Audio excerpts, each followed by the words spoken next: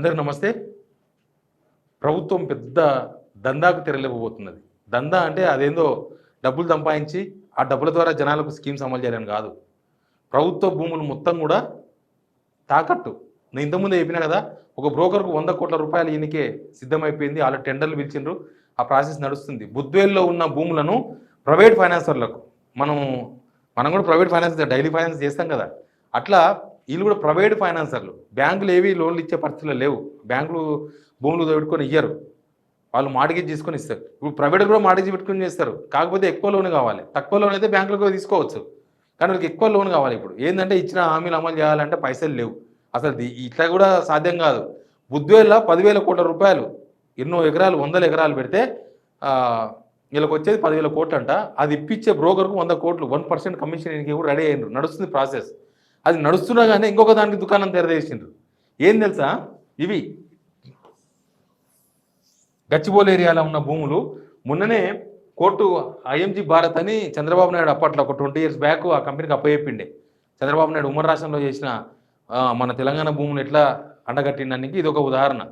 తర్వాత తెలంగాణ వచ్చిన తర్వాత కోర్టులు, వీటులు, పంచాయతీలు అన్ని దిగి లాస్ట్కి ఇప్పుడు ఫైనల్ అయిపోయింది. ఫైనల్ అయిపోయినాక ఈ భూములు గవర్నమెంట్కి వచ్చినాయి. గవర్నమెంట్కి వచ్చిన భూములు ఏం చేయాలి?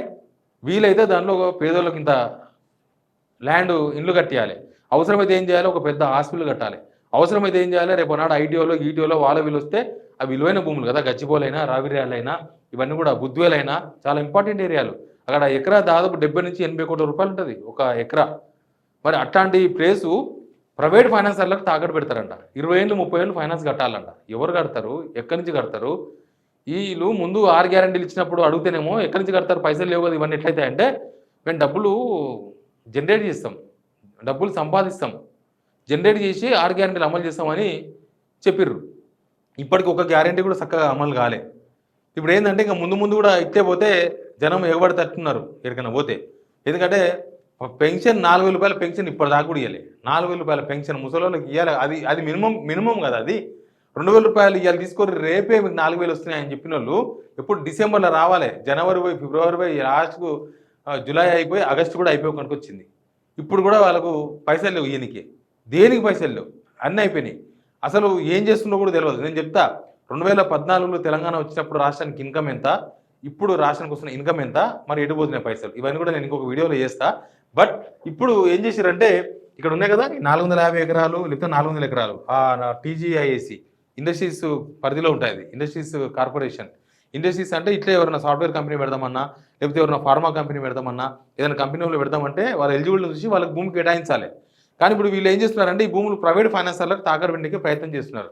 ఇప్పుడు 10,000 కోట్లు ఆడ సేకరిస్తే ఇంకొక 40,000 కోట్లు అంట, మొత్తం 50,000 కోట్లు కావాలంట. ఎవరు ఇస్తారో తెలియదు. ఆయన ఇన్ని 50,000 కోట్ల రూపాయలు ప్రైవేట్ ఫైనాన్సర్ దగ్గర ఒక రాష్ట్ర ప్రభుత్వం తీసుకోవడం అనేది దేశంలో ఫస్ట్ టైం. ఇది కరెక్ట్. దేశంలో ఫస్ట్ టైం. వీళ్ళు రుణమాఫీ దేశంలో ఇంతగానో ఎవరు ఇవ్వలే, అది కాదు కరెక్ట్ వార్త. ఇంతవరకు ప్రైవేట్ ఫైనాన్సర్లతో ఏ రాష్ట్రం కూడా అప్పులు చేయలేదు. ఈవెన్ మన తెలంగాణ కూడా, ఉమ్మడి ఆంధ్రప్రదేశ్లో అయినా సరే, లేకపోతే మన తెలంగాణలో అయినా సరే, ఇప్పటిదాకా ప్రైవేట్ ఫైనాన్సర్లకు భూములు తాకట్టు పెట్టి తీసుకోలేదు.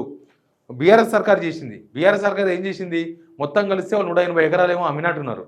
అమ్మితే వాళ్ళకి ఎన్ని వచ్చినాయి? 2,000 కోట్లు 6,000 కోట్లు వచ్చినాయి. 6,000 నుంచి 7,000 కోట్లు వచ్చినాయి. అదే ఫైనల్. అంతకు మించి చేయలేకపోయినారు వాళ్ళు కూడా.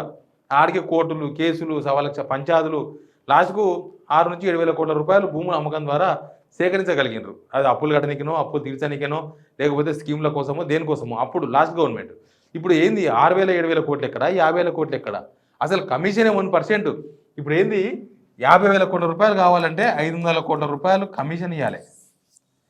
500 రూపాయలు బ్రోకర్ కమిషన్. ఇంకా చూసుకోండి, అసలు ఎక్కడున్న బ్రోకర్లు అందరూ కూడా వీటికి వచ్చేసి అయిపోతుంది. తెలంగాణకు వచ్చేస్తే వాడు జీవితకాలం బతికిపోతారు. నాకు తెలిసి ఈ బ్రోకర్లు అందరూ మొత్తం కలిసి ఒక సిండికేట్ అయ్యి వచ్చినా కూడా వాళ్ళ జీవితకాలంలో ఇంకా మళ్ళీ వాళ్ళు ఫైనాన్స్ ఇప్పాల్సిన అవసరం ఉండదు. 500 కోట్ల రూపాయలు బ్రోకర్కు 1%. వీళ్ళకి కావాల్సింది ఎంత? 50,000 కోట్ల రూపాయలు కావాలి. మన భూములు తాకట్టు పెట్టాలి. మన పైసలే 500 కోట్ల రూపాయలు పెడితే ఏమైనా చేయొచ్చు ఈడ. అట్లా కమిషన్, బ్రోకర్ కమిషన్కి 500 కోట్ల రూపాయలు పెట్టడానికి రెడీ అయింది. ఇప్పుడు ఈ భూములు మొత్తం కూడా ప్రైవేట్ ఫైనాన్సర్స్ తాకట్టు పెడతారంట. ప్రైవేట్ ఫైనాన్సర్లు అంటే మన గలీలో ఫైనాన్సర్స్ ఎవరు 2,000 కోట్ల రూపాయలు ఇయ్యరు. ఏ ముంబై వాళ్ళో, గుజరాత్ వాళ్ళో, ఇంకా వీరైతే ఇంకా ఎవరన్నా వాళ్ళు వీళ్ళకి మించిన తాతలు ఉంటారు. వీళ్ళు కత్తి చూపిస్తే వాళ్ళు డాకు చూపిస్తారు.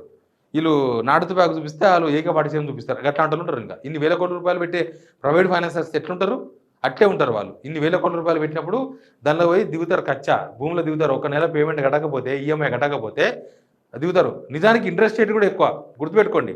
మీరు బ్యాంకులో తీసుకోవచ్చు కదా అంటే బ్యాంకులు కూడా ఇస్తాయి, కొన్ని బ్యాంకులు ఇస్తాయి, గవర్నమెంట్ బ్యాంకులు కూడా ఇస్తాయి. కానీ వాళ్ళు ఇంతగానో లోన్లు ఇయ్యరు. వాళ్ళు తెలుసుగా ఎట్లుంటారో అంతే ఇస్తారు వాళ్ళు. గవర్నమెంట్ బ్యాంకులు ఇంకోటి ఏంటంటే వాళ్ళు ఇన్కమ్ సోర్స్ అడుగుతారు. ఇప్పుడు భూమి ఉంది, భూమిని మార్గేజ్ చేస్తాము, మరి నువ్వు దానికి లోన్ ఎడికేలు కడతామని అడుగుతారు బ్యాంకులో. ఎడికేలు కడతావు, ఆ భూమిలో ఏమైనా పైసల చెట్లు కాస్తాయా? కాయవు. మరి ఆ భూమిని చూపించి ఎట్లా తీసుకుంటావు? కాబట్టి వాళ్ళ సోర్స్ ఏడు ఉంది, పైసలు మీకు ఇన్కమ్ సోర్స్ ఎక్కడ చూపించమంటారు. ప్లస్ లోన్ తక్కువిస్తారు గవర్నమెంట్ బ్యాంకులలో.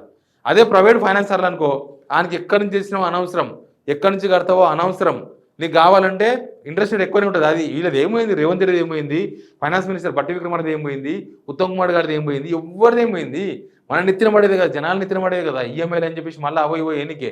ప్రపంచ బ్యాంక్ అప్పు పక్క నడుస్తూనే ఉంది, దాని ప్రయత్నాలు నడుస్తున్నాయి. ఇప్పుడు ఇవి లోకల్ బ్యాంకు, లోకల్ ఫైనాన్సర్స్, ఇది వాళ్ళ దగ్గర నుంచి ఎక్కువ ఇంట్రెస్ట్కు ఎక్కువ ఫైనాన్స్ కావాలన్నమాట. ఇలా ఎక్కువ డబ్బులు కావాలి. కాబట్టి మనకు తెలుసు కదా, మన శాలరీ 20,000 ఉందనుకో, గవర్నమెంట్ బ్యాంక్ పోయి పర్సనల్ కావాలంటే ఎంత 50,000 కావాలన్నా 50,000 వస్తుంది లాస్ట్ అని చెప్తారు. నువ్వు అదే ప్రైవేట్ ఫైనాన్సర్ దగ్గర నీకు ఎంత జీతం వస్తుంది అనవసరం, నీ బ్యాంకులో ఎంత పైసలు ఉన్నాయి అనవసరం, ఎంత ₹1,00,000 కావాలన్నా తీసుకో అంటాడు. ఈ గవర్నమెంట్ బ్యాంకులో ఏమో 10% ఇంట్రెస్ట్ ఉంటే ఆయన 20% ఇంట్రెస్ట్ ఇస్తాడు. మనది ఏం పోయింది, కట్టేది మనం కూడా చూసి తీసుకుంటాం. వీడు ఎవరు కానీ నెత్తే కత్తా, వీళ్ళ గవర్నమెంట్ ఉన్నది, రేపు ఇంకో గవర్నమెంట్ వస్తుంది, మళ్ళీ వాళ్ళు కట్టాలి.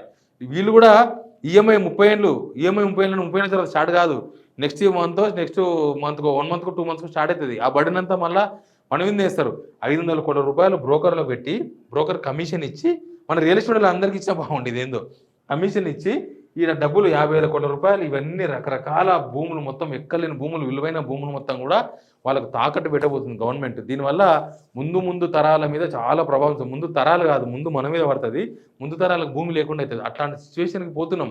అట్లా చేసే తప్ప మేము స్కీమ్ అమలు చేయమనుకుంటున్నారు. కానీ 50,000 కోట్ల కూడా మీ స్కీమ్స్ అమలు కావు. 1,50,000 కోట్లు కావాలంట వీళ్ళ స్కీమ్స్ అమలు చేయాలంటే.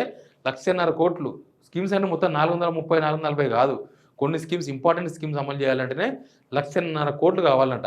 మరి 1,00,000 కోట్ల కోసం ఇంకేం తగలబెట్టాలనో, ఇంకేం తాకట్టు పెట్టాలనో కూడా తెలియదు. సెక్రటరియట్ తర్వాత మన తెలంగాణ మొత్తం తాకట్టు పెడితే వస్తేదేమో అంత అప్పు.